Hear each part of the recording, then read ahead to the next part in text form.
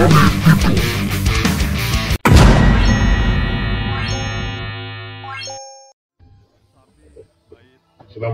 warahmatullahi wabarakatuh.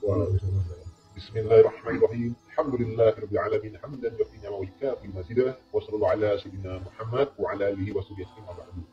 Alhamdulillah wa syukurillah, di samping saya ini hadir saudara kula Kanjeng Raden Tumenggung Gus Pak Wirah Hadiningrat, tinggal di Pasuruan. Ini juga keluarga besar Katon Solo, Mataram Raya. Alhamdulillah bisa hadir di rumah kula di ini di Cimanggis Depok. Alhamdulillah kita bisa dikunjungi oleh beliau, bisa silaturahim, sudah kangen pula pulau. Nah ini juga beliau alhamdulillah sudah pulang dari berhaji dan juga sampun silaturahim dengan Said Anas di Hijaz sana. Jadi kalau juga ingin tahu nih cerita-cerita beliau tentang selama ke sana dan apa-apa saja yang bisa diceritakan.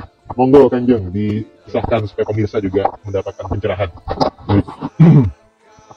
Terima kasih. Assalamualaikum warahmatullahi wabarakatuh.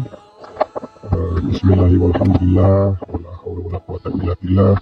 Wassalatu wassalamu ala Rasulillah wa ala alihi wa sahbihi wa man wala. Amma ba'da. Asyhadu an la ilaha illallah wahdahu la syarikalah wa asyhadu anna Muhammadar Rasulullah. La nabiyya ba'dah. Baik, terima kasih. Hampir setahun ya saya tidak berkunjung ke kediaman yang mulia Kanjeng Pangeran Raden Tubagus Nur Fadil Tirtayasa Al-Bantani. Sungguh berbahagia sekali. Jadi dulu sebelum PWI lahir dan berkibar itu ada 4 sekawan yang dikepalai oleh Gus Fuad Leret, kemudian ada Kiai Imaduddin Usman Al-Bantani, ada beliau dulu yang paling penting, saya paling nggak penting, Raden Tubagus Nur Fadil, terus kemudian saya. Kita juga punya grup WA khusus ya, alhamdulillah, insyaallah tetap solid selalu dalam naungan silaturahmi, keberkahan untuk berjuang bersama, walaupun mungkin dalam konteks perjuangan dan grand strategi yang mungkin berbeda, tetapi tetap koordinatif ya, tetap mesra dan tetap solid begitu. Kemudian setelah berdirinya PWI kita semakin bangga, apalagi dipimpin oleh Panglima yang luar biasa Gus Abbas Buntet, seorang kiai muda yang luar biasa, orator, genetik, pejuang Nusantara, pejuang kemerdekaan, Panglima Laskar 10 November hari kemerdekaan di Surabaya, luar biasa. Semoga tahun ini resmi jadi pahlawan nasional. Amin, semoga Kiai Abbas Buntet menjadi pahlawan nasional, semoga.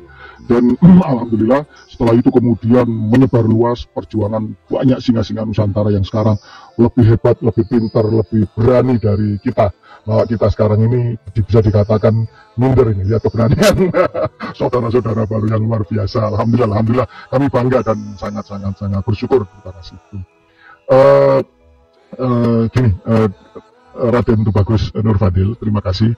Adinda ya, karena umurnya di bawah saya. Kiai Mot umurnya di bawah saya. Hanya Gus Fuad yang umurnya di atas saya. Gus Abbas juga di atas saya. Pertemuan dengan Sayyid Anas Al-Qutbi Al-Hasani di Madinatul Munawwaroh di kota Madinah. Beliau sebagai pencatat nasab Nabi di Madinah itu sebenarnya bernilai sangat strategis. Karena yang pertama, pihak dari klan Ba'alawi, keturunan Alwi bin Ubaid, ya, ini yang paling getol, paling arogan, hobi untuk memutuskan, memvonis nasab orang lain palsu dan mengaku yang paling genuine, yang paling asli nasabnya kepada Kanjeng Nabi Muhammad SAW. Ternyata mereka gagal dari segala sisi, sejarah, kitab nasab, kosong isbat nasab, juga gagal total secara genetik. Ini mereka sering menggoreng bahwa mereka ini mendapatkan pengakuan dari para nakib, kan begitu. Yeah. Ternyata setelah kami komunikasi dengan Ketua Nakib Dunia Sayyid Munir As-Suwaiki Al-Husaini Turki, ya, itu mereka kosong data, mereka tidak diisbat. Jadi mungkin pernah mencoba untuk membangun komunikasi tapi kemudian dibatalkan kan begitu ya, kita tahu lah. Siapa saja yang panjenengan sudah konfirmasi? Kalau komunikasi dengan beberapa nakib dunia secara media sosial, secara WA dan lain sebagainya itu banyak. Tetapi kemarin memang dalam rangka musim haji itu saya mendapatkan rekomendasi dari Nakib Al-Idris yang kebetulan berkedudukan di Brunei Darussalam untuk kemudian disambungkan kepada Sayyid Anas Al-Qutbi Al-Hasani. Kenapa kok disambungkan dengan Sayyid Anas? Karena yang pertama di framing bahwa Sayyid Anas ini sangat moderat dan permisif kepada mereka-mereka yang mengaku nasab dzurriyyah Nabi termasuk klan Ba'alawi. Nah, saya kepingin pembuktian langsung, benarkah seperti itu? Tabayun klarifikasi atau begitu. Memang nasab Ba'alawi ini kan surwal istifadoh, terutama ketika sejak era abad ke-9 itu, ketika Ali As-Sakran itu ya, Ali As-Sakran, dan kemudian setelah itu juga dinasti Bani Fatimiyah Mesir yang ini mendapatkan dukungan politik, itu juga istilahnya karena mereka sendiri terindikasi nasabnya ke Kanjeng Nabi juga palsu, maka mereka banyak mengisbat atau mengakui nasab-nasab yang remang-remang juga untuk kepentingan politik mereka, walaupun pada akhirnya mereka ditumbangkan, mengalami berbagai macam koreksi sejarah termasuk oleh pasukan besar Salahuddin Al-Ayyubi atas fatwa Kanjeng Sultanul Awliya Syekh Abdul Qadir Al-Jilani Al-Hasani. Jadi alangkah ironis dan tidak masuk akal, Syekh Abdul Qadir Al-Jilani Al-Hasani yang dzurriyyah Nabi kemudian memberikan fatwa dan mengizinkan kepada pasukan Salahuddin Al-Ayyubi untuk menyerbu Fatimiyah yang katanya juga cucu Nabi. Nah, sekarang indikasi kepalsuan dinasti Fatimiyah sudah bisa open publish, sudah bisa diketahui semua, dan pakar sejarah nasab juga meragukan keaslian nasab mereka. Jadi begitu. Nah, dalam konteks itulah kemudian Sayyid Anas Al-Qutbi Al-Hasani ini pernah berguru di Al-Azhar, pernah berguru di Mesir.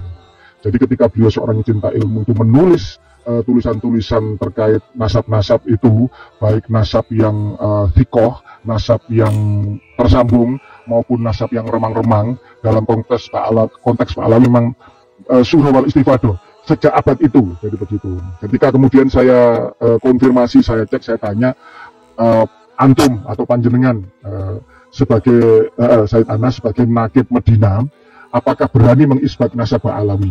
Jawaban beliau tegas, sebagaimana narasi yang video saya beredar viral itu, bahwa tentu saja beliau tidak berani. Tidak berani. Jadi karena apa?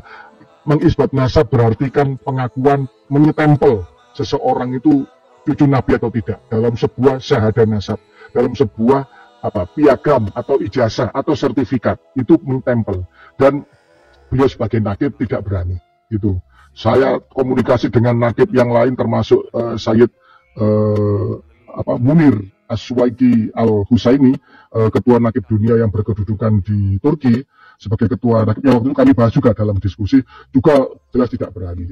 Jadi kaidah pengisbatan nasab itu harus diakui oleh leluhurnya. Pertama, dia punya catatan keluarga internal yang kuat, tersambung, diakui oleh keluarga besarnya, kemudian mendapatkan pengakuan dari negara leluhur. Sebagaimana kita ketahui, Robito Alawiyah ini kan hanya ada di Jakarta, hanya ada di Jalan TB Simatupang itu ya. Nah, jadi itu di Yaman ada nggak Robito Alawiyah? Coba dijawab. Tidak ada lah, kan aneh kan? Nah, katanya dari Yaman, Robito Alawiyah hanya ada di Indonesia. Terus kan katanya pindahan dari Irak itu, katanya kan ngeklaimnya Ubed ini anaknya Sayyid Ahmad bin Isa. Iya. Sayyid Ahmad bin Isa sendiri ini ada keturunannya nggak nih yang berani mengakui Ba'alawi? Nah, itu yang paling utama, karena kalau